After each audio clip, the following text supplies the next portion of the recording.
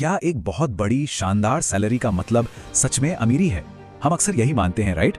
आज के इस विश्लेषण में हम एक बहुत बड़े आर्थिक भ्रम यानी इस फाइनेंशियल इल्यूजन को तोड़ने वाले हैं। डेटा और रिसर्च के जरिए हम समझेंगे कि एक बड़ी आमदनी और असली वेल्थ बनाने के बीच में आखिर कितना बड़ा फर्क है। 1.5 लाख रुपए महीना सुनने में काफी बड़ा और आकर्षक आंकड़ा लगता है ना? भारत में अगर किसी की सैलरी 1,30,000 से 1.5 लाख के बीच है तो उसे आर्थिक रूप से बहुत सक्सेसफुल माना जाता है। लेकिन यहाँ एक बहुत ही चौंका देने वाली सच्चाई है। इतनी अच्छी आमदनी के बाद भी इस ब्रैकेट के ज्यादातर लोग आज भी पेचेक तो पेचेक जी रहे हैं। मतलब महीने की सैलरी आती है और अगला महीना आने से पहले ही सब कुछ खर्च हो जाता है। ऐसा लगता है जैसे हाथ में कुछ बचा ही नहीं। तो चलिए अब इसमें थोड़ा गहराई से उतरते हैं। आखिर ऐसा क्यों होता है कि एक इतना बड़ा पेचेक आने के बावजूद फाइनेंशियल स्ट्रगल और दबाव हमेशा बना रहता है? इसे अक्सर मिडिल क्लास ट्रैप या मध्यम वर्ग का जाल कहा जाता है। देखिए, एक बड़ा पेचेक होना और सच में वेल्थ बिल्ड करना, ये दोनों बिल्कुल अलग बातें हैं और आज हम इसी मिस्ट्री को सॉल्व करने वाले हैं। इस पूरे कॉन्सेप्ट को समझने के लिए हमारा रोड मैप कुछ इस तरह होगा। सबसे पहले द हाई इनकम पैराडॉक्स, दूसरा लायबिलिटीज डिस्गाइज्ड एज एसेट्स, तीसरा द वल्नरेबल मिडिल, चौथा माइंडसेट्स दैट डिक्टेट वेल्थ और अंत में बिल्डिंग पैरेलल वेल्थ सिस्टम्स। तो चलिए शुरू करते हैं। पहला point, the high income paradox. आखिर ये इतनी अच्छी सैलरी जाती कहां है? बैंक बैलेंस महीने के एंड में खाली क्यों दिखता है? अगर हम इन फिगर्स को ध्यान से देखें तो स्थिति बिल्कुल साफ हो जाती है। किसी भी टिपिकल हाई अर्नर की इनकम का करीब 25 से 40% हिस्सा तो महीना शुरू होने से पहले ही ईएमआईज और कर्ज चुकाने में निकल जाता है। बाकी बचा 60% वो टैक्सेस और हमारे महंगे रोजमर्रा के खर्चों को मेंटेन करने में चला जाता है और सेविंग्स वो मुश्किल से सिर्फ 5% बचती है। सोचिए, आमदनी आने से पहले ही उसका एक बड़ा हिस्सा गिरवी रखा जा चुका है।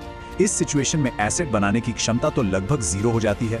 अब आते हैं दूसरे हिस्से पर, लायबिलिटीज डिस्गाइज्ड एज एसेट्स। लोगों की जेब खाली रहने का एक सबसे बड़ा रीजन यह है कि एसेट्स और लायबिलिटीज का फर्क ही भुला दिया गया है। सीधे शब्दों में, एसेट वो है जो जेब में पैसा लाए और लायबिलिटी वो है जो जेब से पैसा बाहर निकाले। तो यहाँ सबसे क्रूशियल पॉइंट ये है, हमारी सोसाइटी में ऐसी 5 मुख्य चीजें हैं जिन्हें अक्सर वेल्थ बिल्डर मान लिया जाता है, लेकिन असल में ये सिर्फ कैश फ्लो को पूरी तरह चूसने का काम करती हैं। जैसे मैक्सिमम बैंक अप्रूवल लिमिट पर लिया गया एक बड़ा घर, लोन पर ली गई नई छमछमाती गाड़ियां, ऐसी महंगी डिग्रियां जिनका कोई सॉलिड रिटर्न ऑन इन्वेस्टमेंट ना हो, वेकेशन टाइम शेयर्स और ऐसी होल लाइफ इंश्योरेंस पॉलिसीज जिन्हें लोग इन्वेस्टमेंट समझ बैठते हैं। ये सभी चीजें प्रैक्टिकली हर महीने जेब से पैसा निकालती हैं, डालती नहीं।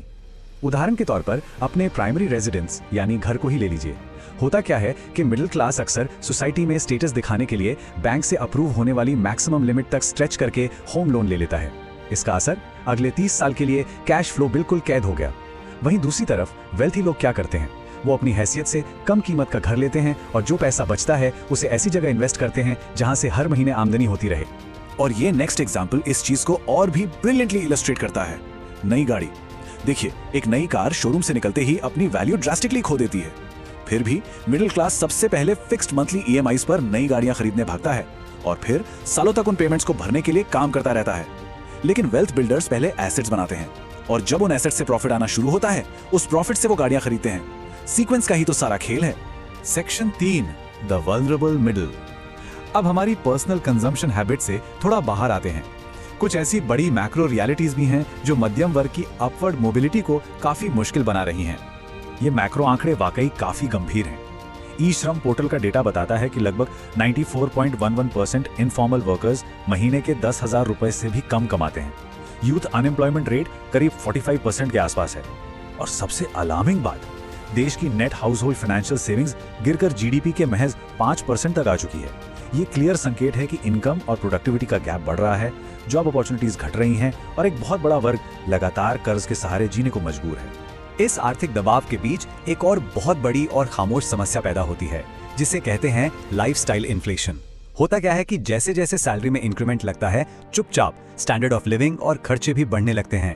सोशल मीडिया का प्रेशर, दोस्तों के बीच अमीर दिखने की चाह, इन सब चक्कर में ऐसे एक्सपेंसेस बढ़ जाते हैं जिनकी कोई एक्चुअल जरूरत नहीं थी। नतीजा, सैलरी का जो नया पैसा आया वो तुरंत नए लाइफस्टाइल में अब्सॉर्ब हो गया और सेविंग्स वहीं की वहीं 0 पर रह गईं। आते हैं चौथे हिस्से पर, माइंडसेट्स दैट डिक्टेट वेल्थ। अब समस्या तो हमने समझ ली, पर उन मेंटल फ्रेमवर्क्स की बात करनी जरूरी है जो सच में अमीर और गरीब को अलग करते हैं। ये सिर्फ अकाउंट बैलेंस का खेल नहीं है, ये पूरी तरह से माइंडसेट का खेल है। अब इस कंपैरिजन की जो सबसे दिलचस्प बात है वो है टाइम होराइजन। अलग अलग क्लासेस वक्त को कैसे देखते हैं ये सब कुछ बदल देता है। एक आम मिडिल क्लास माइंडसेट का टाइम होराइजन लीनियर और साल दर साल होता है। ध्यान कहाँ होता है? अगला प्रमोशन, दिवाली बोनस या साल में एक शेड्यूल्ड वेकेशन। लेकिन एक वेल्दी माइंडसेट पीढ़ियों के हिसाब से सोचता है। उनका टाइम होराइजन इन्फिनिट होता है। वो ऐसे कंपाउंडिंग सिस्टम्स बनाने में एनर्जी लगाते हैं जो सालों साल कंटिन्यूअसली अगली जनरेशंस को रिटर्न देते रहें। जोखिम या रिस्क को देखने के नजरिए में भी उतना ही बड़ा डिफरेंस है। मिडिल क्लास वॉलेटिलिटी से डरता है। उन्हें एक फिक्स पेचेक के जरिए 100% सिक्योरिटी चाहिए होती है। पर आयरॉनिकली यही एब्सोल्यूट सिक्योरिटी की चाह उन्हें उन अपॉर्चुनिटीज से दूर रखती है जो असल में वेल्थ जनरेट कर सकती हैं। Wealth builders on the other hand uncertainty से नहीं भागते। वो कैलकुलेटेड रिस्क लेना जानते हैं क्योंकि उन्हें पता है कि बड़ी ग्रोथ हमेशा कंफर्ट जोन के बाहर ही मिलती है। इस लिस्ट में एक और बड़ा अंतर आता है लोकस ऑफ कंट्रोल का। एक कॉमन बिलीफ है कि जितनी मेहनत की जाएगी उतना ही फल मिलेगा, राइट? लोग अपने घंटों को पैसों के लिए ट्रेड करते हैं, लेकिन एक वेल्दी माइंडसेट लेवरेज पर फोकस करता है। वो सिस्टम्स, नई टेक्नोलॉजी, पूंजी और यहाँ तक कि दूसरों के टाइम का इस्तेमाल करते हैं अपने रिजल्ट्स को कई गुना बढ़ाने के लिए। अमीर बनने का सीक्रेट सिर्फ और ज्यादा मेहनत करना नहीं, बल्कि अपनी इनकम को अपने काम के घंटों से बिल्कुल डीकपल यानी अलग कर देना है। चलिए आगे बढ़ते हैं और देखते हैं कि ये सब एक प्रैक्टिकल शेप कैसे लेता है। पांचवा और आखिरी हिस्सा, बिल्डिंग पैरेलल वेल्थ सिस्टम्स। समस्या और माइंडसेट तो समझ गए, अब इस चक्रव्यूह को तोड़ने का ठोस तरीका क्या है? ये कंप्लीटली एक्सेप्ट करना जरूरी है कि एक अकेली सैलरी सिर्फ स्थिरता या स्टेबिलिटी जरूर दे सकती है, पर अमीरी नहीं। सिंपल मैथ्स है। अगर पैसा सिर्फ किसी बेसिक सेविंग्स अकाउंट में पड़ा है जो 3 से 4% रिटर्न दे रहा है और दूसरी तरफ महंगाई 6 से 7% के रेट से बढ़ रही है, तो टेक्निकली हर साल उस पैसे की वैल्यू घटी रही है ना? सिर्फ एक सैलरी और बेसिक सेविंग से अमीर बनना मैथमेटिकल रूप से लगभग नामुमकिन है। इसलिए एक रेगुलर एम्प्लॉयमेंट के साथ साथ एक ऑटोमेटेड वेल्थ इंजन बनाना पड़ता है। इसके 4 बहुत ही प्रैक्टिकल स्टेप्स हैं। पहला, खर्च शुरू होने से पहले अपनी आमदनी का 15 से 20% हिस्सा सेव करना ही होगा। दूसरा, इस बचत को 3 अलग बकेट्स में बांटना चाहिए, एक इमरजेंसी के लिए, एक इन्वेस्टमेंट्स और ग्रोथ के लिए, और तीसरा अपनी लर्निंग और नए स्किल्स सीखने के लिए। तीसरा स्टेप, इस पूरे सिस्टम को सैलरी आते ही ऑटो ट्रांसफर पर सेट कर देना चाहिए ताकि खर्चा होने से पहले पैसा इन्वेस्ट हो जाए। और चौथा, सबसे जरूरी रूल, अगर कोई साइड इनकम आती है तो उसका कम से कम 50% वापस उन्हीं आमदनी बढ़ाने वाले एसेट्स में री इन्वेस्ट करना पड़ता है। यही पैरेलल सिस्टम धीरे धीरे आपकी मेन सैलरी से भी बड़ा वेल्थ इंजन बन जाता है। तो इस पूरे विश्लेषण को खत्म करते हुए हमें हर बड़े आर्थिक फैसले से पहले सिर्फ एक फिल्टर, एक सवाल खुद से जरूर पूछना चाहिए। क्या ये खरीदारी जेब में पैसे डालेगी या जिंदगी भर इसके लिए पैसे चुकाने पड़ेंगे? जरा इस बारे में सोचिए। अगर इसे गोल्डन क्वेश्चन का सही फिल्टर लगा दिया जाए तो इस मिडिल क्लास ट्रैप को आसानी से तोड़ा जा सकता है। ये सिर्फ जानकारी नहीं है, ये आर्थिक आजादी की तरफ एक सॉलिड कदम है। इस डीपली इंपॉर्टेंट और इंटरेस्टिंग चर्चा में साथ बने रहने के लिए बहुत बहुत शुक्रिया।